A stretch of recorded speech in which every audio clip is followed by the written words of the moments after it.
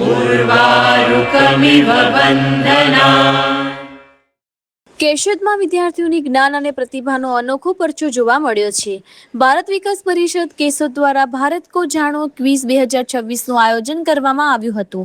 કેશોદની વિવિધ શાળાઓના 2500 થી વધુ વિદ્યાર્થીઓએ MCQ ટેસ્ટમાં ઉત્સાહપૂર્વક ભાગ લીધો, જેમાંથી 51 શાળાના શ્રેષ્ઠ વિદ્યાર્થીઓ સેમીફાઇનલ રાઉન્ડ માટે પસંદ થયા હતા. ત્યારબાદ વિવિધ તબક્કામાંથી 24 વિદ્યાર્થીઓ ફાઇનલ રાઉન્ડમાં પહોંચ્યા છે. આ ક્વિઝનો મુખ્ય હેતુ વિદ્યાર્થીઓમાં સામાન્ય જ્ઞાન, રાષ્ટ્રીય જાગૃતિ તેમજ ભારતની સંસ્કૃતિ અને પરંપરા અંગેની સમજ વિકસાવવાનો હતો. કેશોદની લોહાણા મહાજનવાડી ખાતે યોજાયેલી આ સ્પર્ધામાં વિદ્યાર્થીઓએ ઉત્સાહપૂર્વક ભાગ લીધો હતો.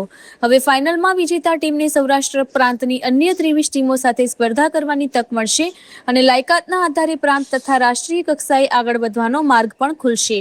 આ સમગ્ર આયોજનથી વિદ્યાર્થીઓમાં જ્ઞાન, આત્મવિશ્વાસ અને સ્પર્ધાત્મક ભાવનાનો વિકાસ થાય તેવો સુંદર પ્રયાસ જોવા મળ્યો. વંદે માતરમ. હું ડોબરિયા જલ્પેશ વલ્લભભાઈ અને ભારત કો જાનો કન્વીનર. હવે આજે ભારત કો જાનો કેશોદ શાખાની અંદર આજે લગભગ 60 પ્રાઇમરી શાળા એટલે કે 120 વિદ્યાર્થી અને 20 આપણે હાઈસ્કૂલ અને 40 વિદ્યાર્થી, આવી રીતે આટલા બાળકોએ આજે ભારત કો જાનોમાં ભાગ લીધો. અને કેશોદ શાખાની અંદર ટોટલ ગણીએ તો સ્કૂલોમાં 58 સ્કૂલોએ ભાગ લઈ અને 2500 થી વધારે વિદ્યાર્થીઓની લેખિત પરીક્ષા લેવામાં આવી. અને ત્યારબાદ આજે અહીંયા સૌપ્રથમ લેખિત પરીક્ષા અને એમાંથી અમે માધ્યમિકમાં 6 ગ્રુપ અને પ્રાઇમરીમાં 6 ગ્રુપ એમ આજે 7 રાઉન્ડ લઈ અને ક્વિઝ કોમ્પિટિશનનું આયોજન કર્યું.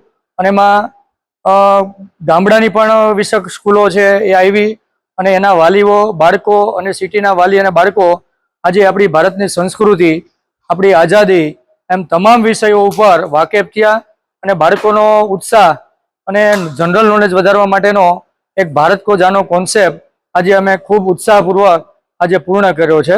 જય હિન્દ, જય ભારત. હું ખોડા શ્યામા અને મુછાળજી, અમે બંને અલ્ટ્રા સ્કૂલથી પ્રતિનિધિત્વ કરીએ છીએ અને સ્કૂલમાં લેવાયેલી લેખિત પરીક્ષામાં અમે સિલેક્ટ થયા હતા અને ત્યારબાદ અહીંયા આવ્યા અને અહીંયા પણ લેખિત પરીક્ષા આપી.